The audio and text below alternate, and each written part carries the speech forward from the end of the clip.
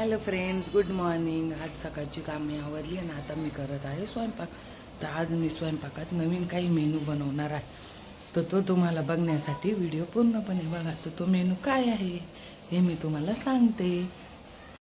हे आहे कांद्याच्या पातीवरचे कांदे. कांद्याची भाजी बनवण्यासाठी त्याला लागतो दाण्याचा कूट, 1 चमचा लाल तिखट, थोडीशी हळद, थोडीशी कोथिंबीर आणि चवीनुसार मीठ. हे सगळं मसाला एकत्र करून तो या कांद्यामध्ये भरायचा आणि त्याची फोडणी द्यायची. चला तर मग मी हे वाटण बनवलं आहे. ते वाटण आता कांद्यामध्ये भरून घेऊ. कांद्यामध्ये कसं व्यवस्थित असं भरायचं जसं आपण भरलेल्या वांग्यामध्ये भरतो तसं. आणि एकीकडं मी मसालाही परतत आहे, वाटणाचा मसाला. तो वाटणाचा तुम्हाला व्हिडिओ बघायचा असेल तर तो शॉर्ट टाकलेला आहे, तो तुम्ही बघू शकता. हे बघा, आता हे सगळे कांदे व्यवस्थित भरून घेणार आहे मी त्याच्यामध्ये. तुम्हाला जर जास्त तिखट करायचं असेल तर तुम्ही तिखटही करू शकता. ही भाजी चपाती बरोबर, भाकरी बरोबर एकदम सुंदर लागते.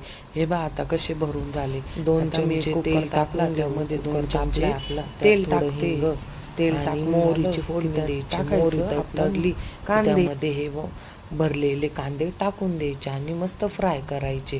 त्यामध्ये जर तुम्हाला पाहिजे असेल तर वरतून तुम्ही लाल तिखट टाकू शकता. आता ते चांगले फ्राय करून घ्यायचे आणि त्याला कसं एकदम एकजीव करून घेतलं का मग ते मसाला परतून जातो.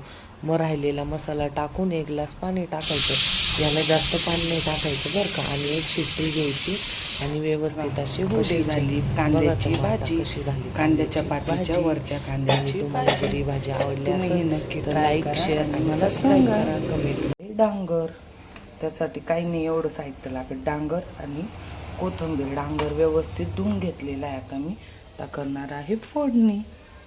डांगरमध्ये मी टाकते थोडीशी साखर. मला साखर टाकून आवडते डांगर. थोडं गोड तिखट छान चव लागते. आणि शिजून झाला डांगर तर त्यात टाकायचा दाण्याचा कूट. तुम्ही ही रेसिपी नक्की ट्राय करा आणि मला कमेंटमध्ये सांगा.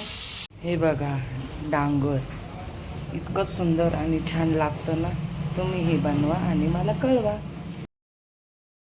सगळ्या भाज्या करून झाल्यावर मी बनवल्या चपात्या करून आम्ही सगळेजण जेवायला बसलो.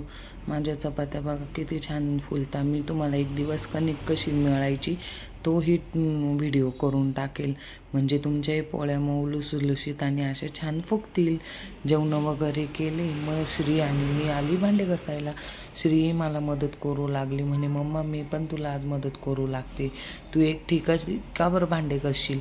व्हिडिओ चालू होता तर हाय बाय करत होती तुम्हाला सगळ्यांना. आणि अशा प्रकारे आम्ही आज दिवसभर कामं आवरली आणि असा गेला आमचा दिवस. चला तर मग बाय बाय, भेटू नेक्स्ट व्लॉगमध्ये.